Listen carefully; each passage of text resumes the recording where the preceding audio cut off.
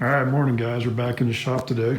Going to do a little front suspension work, but first, I want to show you guys the Quickjack that I use for this car. So it fits, regardless of what some may tell you. Barely. There's not much clearance, as you can see. She's just wheelbase is just long enough to fit her under there, but it goes. So I'll show you the whole unit here. This is a 5000 model, which is supposed to lift 5,000 pounds. Here's a power unit and everything. That is your control module up and down. I've already got the driver's side under here for sake of time. I'll kind of show you where I line it up at.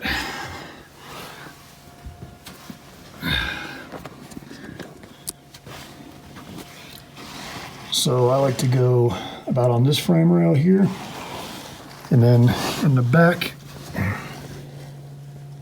you probably can't see, it's going to be too dark, but where this diagonal piece goes between, basically where the differential mounts and the outside of this unit. So let me see if I can get that better. It doesn't look like it, but let's go ahead and get the passenger side hooked up, and I'll show you guys how this thing lifts. It's pretty slick and way safer than jack stands, in my opinion. So give me a second here to get this pushed up and get going.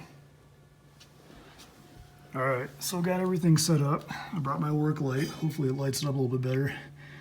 But that's where I like to attach it to, is this frame rail. It's the only place you can fit it anyways, because of the way the frame is. And in the front,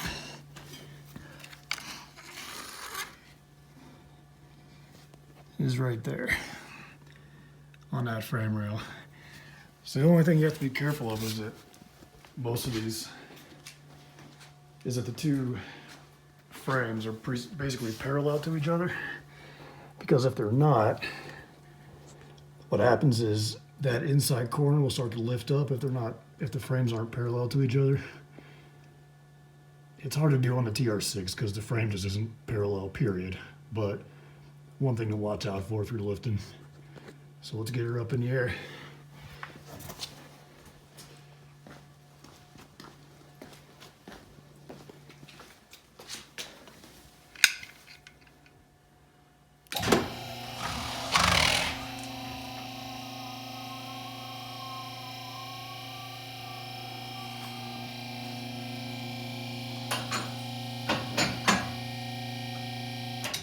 So it just hit the first stop. So we'll let it down a little bit so it stops on there.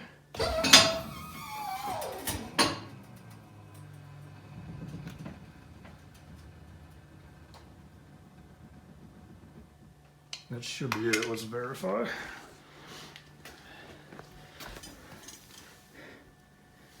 Nope, that one did not engage, so that's not good. All right, back it up. Put her back up.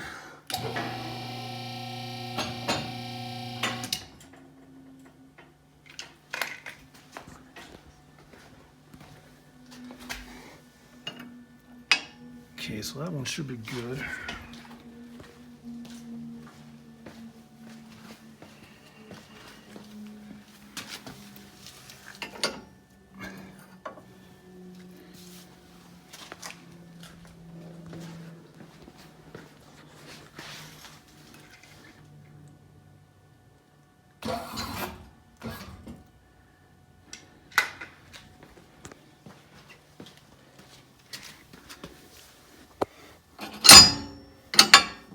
So that's ready to engage.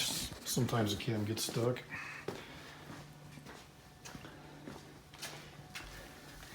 And that one should be ready. There's a lot of back and forth on these. I've never ever gotten it right the first time. You always have to make little adjustments. I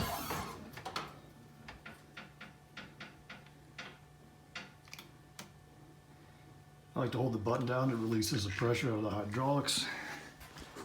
In case you need to disconnect these lines, and you can do so, because if they're under pressure, we'll probably never get them back together.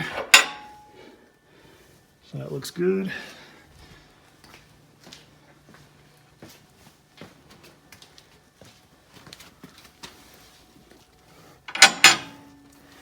That looks good. that's all there is to it. So right now it's only on the first, I guess lift point, if that's what you want to call it. There's a second lift point up here that raises it up. Probably gets it close to another foot tall. If you really need to get in there and do some work, that's what I used when I did the differential. I needed as much clearance as I could get. I really like this. It's nice and sturdy. Way better than jack stands. I've been under jack stands before and it just sucks. It just never feels safe. So before we actually get under there, I like to give it a good push. So I'm pushing, let me show you. Just pushing on the windshield frame right now. It's not budging. So I feel good with that. So we'll get these tires off and we'll get working on our front suspension. And that'll be a separate video. And again, here's another idea of what it looks like. If there's any question about what's the front and what's the back, this locking bar has to be on the outside. And I've seen videos where both this sticker is either at the front or back. The Quickjack video has it on the front, so that's what I do. There's a better view of how that block sits on the frame. But anyways, it's worked good so far, so I'll see you guys on the suspension video. Peace.